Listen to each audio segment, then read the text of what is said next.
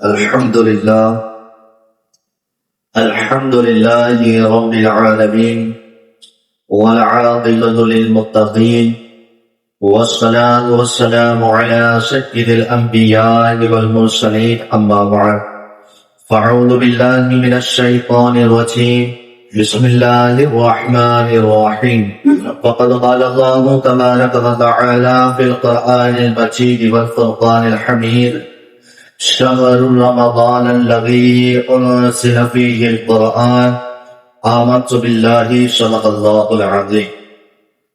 عزیزان ملت اسلامیہ، جس طریقے سے میں درود پاک پڑھا ہوں تمام حضرات میرے ساتھ مل کر پڑھنے کی کوشش کریں۔ بسم اللہ الرحمن الرحیم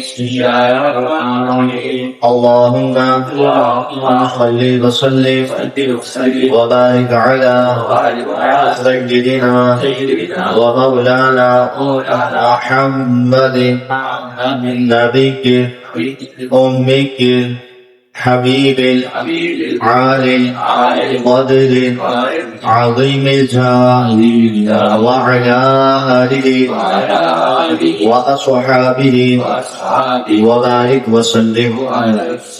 ہم اور آپ مل کر اس مسجد میں نماز جمعہ ادا کرنے کے لیے حاضر آئے ہیں۔ اللہ پاک ہم سبھی کے حاضری کو اپنی بارگاہ میں قبول فرمائے۔ رب تبارک و تعالیٰ کی ہم جتنی بھی عبادتیں کریں مولا پاک ہماری ساری عبادتوں کو اپنی بارگاہ میں قبول فرمائے۔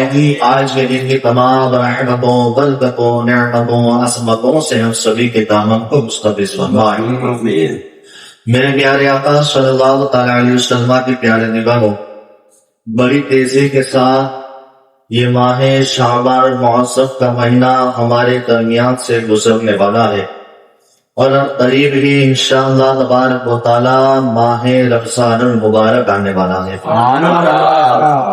تو آج کی ہماری جو تقریر کا عنوان اور موضوع اور ٹاپک ہے وہ یہ ہے کہ استقبال ماہ رمضان، کہ جو رمضان اللہ کا مہمان بن کے ہمارے درمیان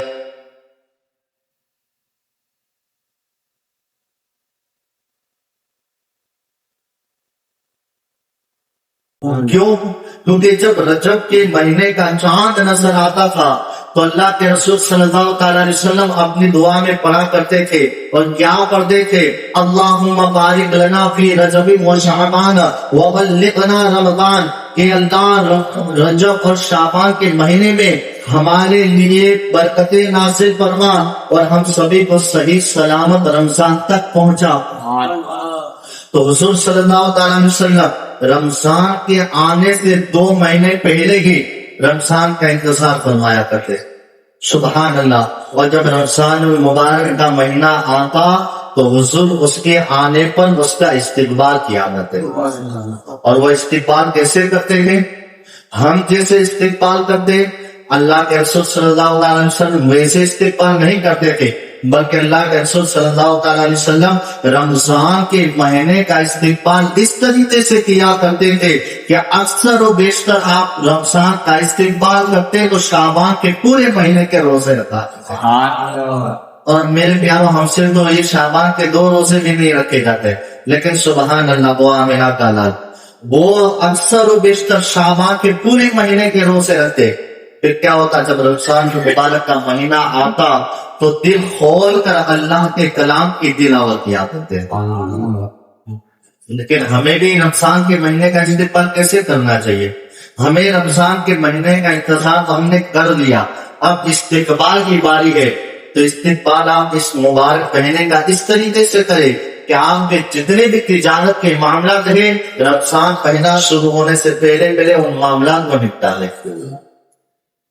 جہاں کچھ لینا دینا باقی ہے اس کو ختم کر دے، اگر ہم سے کوئی ناراض ہے تو اس کو راضی کر لے، اور یہ سارے دنیاوی کاموں سے فارغ ہو کر جب رمضان المبارک کا مہینہ آئے تو اس پورے مہینے کے اندر صرف اور صرف ایک کام کرے، اور وہ یہ کرے کہ صرف اور صرف اللہ رسول کو راضی کرنے والے کام کرے۔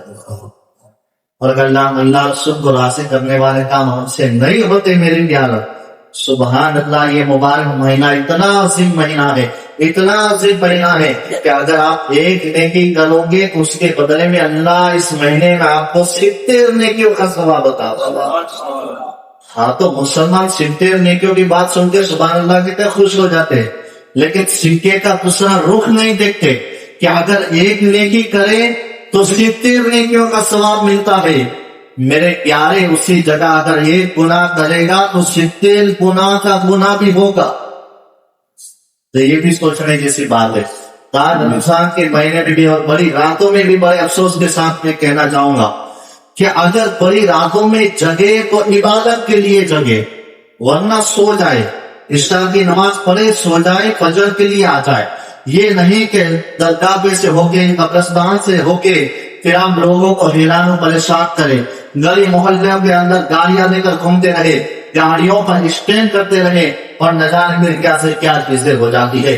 تو بڑی راتیں ہم کو اللہ تعالیٰ نے اس لیے نہیں دی تھی کہ بڑی راتوں میں جگ کر ہم لوگوں کو حیران و پریشان کریں، بلکہ بڑی راتیں اور بڑے دن اور یہ مبارک مہینے اللہ تعالیٰ نے ہمیں صرف اور صرف اس لیے دی ہے کہ ہم نے جو گناہ کیے ان گناہوں سے توبہ کر اللہ کی بارگاہ میں اپنی مغفرت کا پروانا ہو، اپنی مغفرت کے لیے، اپنی بخشش کے لیے یہ بڑی راتیں بڑے دن اور مبارک مہینہ میں عطا کیا اللہ تبارک و تعالیٰ نے۔ تو حضور اس طریقے سے رمضان المبارک کا استقبال کرتے تھے۔ پھر اگر آپ دیکھیں کہ آپ محلے میں، اگر آپ کے علاقے میں کوئی غریب انسان ہے کہ جو صحیح معنوں میں صحیح طریقے سے رمضان المبارک کا مہینہ نہیں گزار سکتے، کیونکہ آج ہمارے بچے ہیں تو وہ بچے ظاہر سی بات ہے رمضان المبارک کا مہینہ آتا ہے تو وہ کہتے ہیں کہ ابا میں تو یہ کھجور کھاؤں گا، میں تو یہ فروٹ کھاؤں گا، میں یہ سموسے کھاؤں گا، یہ پکوڑے کھاؤں گا۔ تو جب ایک امیر کا بچہ یہ کھانے کی خواہش رکھتا ہے تو اسی طریقے سے غریب کا بچہ بھی رمضان المبارک کے مہینے میں یہ ساری چیزیں کھانے کی خواہش رکھتا ہے۔ سبحان اللہ، حضور نے ہمیں کیا دس دیا، اللہ کے رسول صلی اللہ تعالی علیہ وسلم نے تو ہمیں یہ دس دیا، اگر آپ کے محلے میں اور علاقے میں اگر 5-10 لوگ مالدار ہیں تو اپنے محلے کے غریبوں کا خیال بھی کیا کرے۔ 5-10 لوگ جمع ہو کر یہ دیکھ لیں کہ ہمارے محلے میں کون غریب ہے اور کون ایسا انسان ہے کہ پورے مہینے میں صحیح معنوں میں جس کے گھر میں اچھا کھانا نہیں پک سکے گا آپ اس کی مدد کر دیں۔ اگر ہمارے علاقے میں نہیں، ہمارے محلے میں نہیں تو جن محلے میں ہے اور جن علاقوں میں ہے ان علاقوں کی آپ خبر لیں کہ وہاں کون ایسے غریب انسان ہے، کون ایسے مفلس ہے، کون ایسے یتیم ہے کہ جہاں صحیح معنوں میں رمضان کا مہینہ نہیں گزر سکے گا تو آپ ان غربا مساکین یتیموں کی مدد کر دیا کریں۔ یہ اللہ کے رسول صلی اللہ علیہ وسلم نے ماہ عظیم کا استقبال کیا، تو ہمیں اس طریقے سے ماہ مبارک کا استقبال کرنا چاہیے۔ اور سبحان اللہ، یہ رمضان کا مہینہ کتنا عظیم مہینہ ہے کہ ہم رمضان کے مہینے میں قرآن کی تلاوت کرتے ہیں، الحمدللہ۔ لیکن آپ یہ بات جان کے خوش ہو جائیں گے کہ جس رمضان میں جس قرآن کی آپ تلاوت کرتے ہیں وہ قرآن پہ نازل ہوا تو اسی رمضان کے مہینے میں نازل ہوا، جس کو اللہ پاک نے فرمایا شہر رمضان الذی انزل فیہ القرآن، کہ رمضان کا وہ عظیم مہینہ کہ جس میں ہم نے قرآن کو نازل فرمایا۔ اور صرف یہ قرآن نازل نہیں ہوا میرے پیارو رمضان کے مہینے میں، بلکہ وہ جو 3 آسمانی کتابیں ہیں جو پوری دنیا کے اندر مشہور و معروف ہے، توریت شریف، زبور شریف، انجیل شریف، یہ تینوں کتابیں بھی اگر کسی مہینے میں نازل ہوئی ہے تو یہ رمضان المبارک کے مہینے میں نازل ہوئی ہوا۔ ایک تو اس طریقے سے یہ عظمت والا، دوسرا اس طریقے سے عظمت والا کہ اگر کوئی چیز، کوئی مہینہ عظمت والا ہوتا ہے تو اس کے کئی نام ہوتے ہیں۔ مثال کے طور پہ آپ دیکھیں سورہ فاتحہ، سورہ فاتحہ جانتے ہیں نا بھائی، کون سی سورت ہے؟ سبحان اللہ، معلوم ہے رمضان کی سورت ہے۔ تو سورہ فاتحہ کے کئی نام ہیں، سورۃ الشفاء میں اس کا نام ہے، سورۃ الدعاء میں نام ہے، سورۃ الحمد میں نام ہے، سبع مثانی بھی اس کا نام ہے۔ اس طریقے سے کئی سارے نام ہیں۔ اور آپ دیکھیں اللہ پاک کے بھی 99 نام ہیں، رسول اللہ کے بھی 99 نام ہیں، غوث پاک کے بھی 99 نام ہیں، جس کو تحریر فرمایا حضرت خواجہ بندہ نواز گیسو دراز رحمۃ اللہ تعالی علیہ۔ تو یہ عظمت والے ہیں تو ان کے کئی نام ہیں۔ تو اسی طریقے سے رمضان بھی عظمت والا ہے، تو رمضان کے بھی کئی نام ہیں. ایک تو ماہ رمضان، ایک تو ماہ رحمت، رحمت کا مہینہ، ایک ماہ برکت، برکت کا مہینہ، ایک ماہ مساوات یعنی برابری کا مہینہ. اس میں کوئی غریب نہیں، کوئی امیر نہیں، سب برابر. تو اللہ کے گھر میں بھی کوئی غریب نہیں، کوئی امیر نہیں، ایک ہی سب میں کھڑے ہو گئے. محمود ایاز، نہ کوئی بندہ رہا نہ کوئی بندہ رہا. ہمارے یہاں تو اسلام یہ تصور دیا کوئی غریب نہیں، کوئی امیر نہیں، سب برابر. تو یہ ماہ رمضان ماہ مساوات پہ یہ برابری کا مہینہ. اسی طریقے سے ماہ وسعت رزق بھی اس کو کہا جاتا ہے کہ اس مہینے میں اللہ تعالیٰ آپ کے رزق میں بے پناہ برکت عطا فرمائے گا. تو ماہ وسعت رزق بھی اس مہینے کو کہا گیا، ماہ رمضان مبارک کے مہینے میں. تو ہمیں کیا کرنا چاہیے جب اتنے سارے نام ہیں اور اتنی ساری برکتیں اس عظیم مہینے میں؟ تو ہمیں دل کھول کر اس مہینے کی عبادت کرنی چاہیے. اس مہینے میں دل کھول کر اللہ رب العزت کی عبادت کرنی چاہیے. قرآن شریف پڑھنا چاہیے. یہاں پڑھنے کا ذکر ہے. ہم دیکھتے ہیں اکثر لوگ کیا کرتے ہیں کہ رمضان کے مہینے میں ویسے قرآن شریف کھولتے، ورنہ تو اللہ کے بندوں کو توفیق ہوتی نہیں. الا ماشاءاللہ سارے لوگ ایسے نہیں ہوتے، چند لوگوں کی بات ہے. تو جب رمضان شریف میں قرآن شریف کھول کے بیٹھتے تو ہم نے دیکھا کیا ہے کہ ان کا لفظ نہیں ہلتا. تو جہاں شریعت کے اندر پڑھنے کی بات ہے تو وہاں پہ پڑھنا پڑے گا، خاموش رہنے سے بات نہیں ہوگی. اگر آپ ایسے قرآن شریف کھول کے اس کو دیکھتے رہیں گے تو آپ کو چھونے کا ثواب ملے گا، دیکھنے کا ثواب ملے گا، پڑھنے کا ثواب نہیں ملے گا. آپ کہیں گے ہمیشہ من میں پڑھتے، دل میں پڑھتے. تو بھائی اس کو پڑھنا کہاں کہتے؟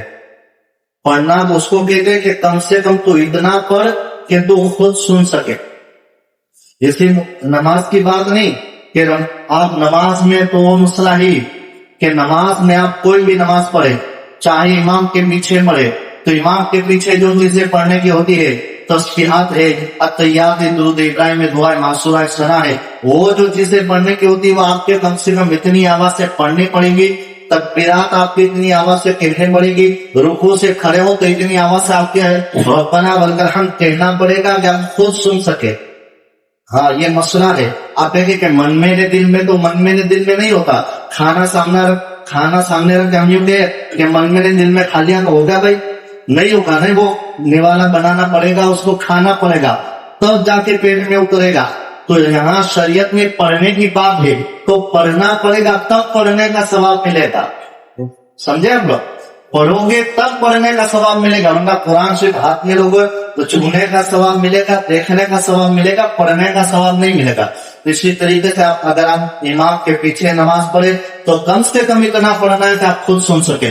یا شور شرابہ ہے اور اتنی آواز سے ہم پڑھتے ہیں، شور شرابہ ہے لیکن آپ کو سنائی نہیں دیتا، تو اس کا مسئلہ بھی یہی ہے کہ آپ کو یہ اعتماد اور بھروسہ ہونا چاہیے کہ اگر یہ شور شرابہ نہیں ہوتا تو کم سے کم میرا آواز اتنا آ رہا ہے کہ میں خود سن سکتا، ہے نا. تو چاہے آپ قرآن شریف پڑھے تو لب کو بند کر کے نہیں، کم سے کم اتنی تو لبوں پر حرکت ہونی چاہیے کہ سامنے والا دیکھے، اس کو معلوم چلے کہ ہاں یہ بندہ تو پڑھ رہا ہے. تو چاہے آپ قرآن شریف پڑھے، آپ امام صاحب کے پیچھے نماز پڑھے یا تنہا نماز پڑھے، آپ درود شریف پڑھے، تو دیکھیں ہر جگہ پڑھنے کی بات ہے. آپ بسم اللہ شریف پڑھے، الحمد شریف پڑھے، قل شریف پڑھے، کوئی بھی چیز پڑھے تو کم سے کم اتنا پڑھے کہ آپ خود سن سکیں، تب آپ کو پڑھنے کا ثواب عطا کیا جائے گا. اللہ تبارک و تعالیٰ مجھے آپ کو سب کو اس ماہ مبارک کی خیر و برکتوں سے مالا مال فرمائیں اور اس ماہ مبارک کی تیاریاں کرنے کی توفیق عطا فرمائیں. وما توفیقی الا باللہ. تمام حضرات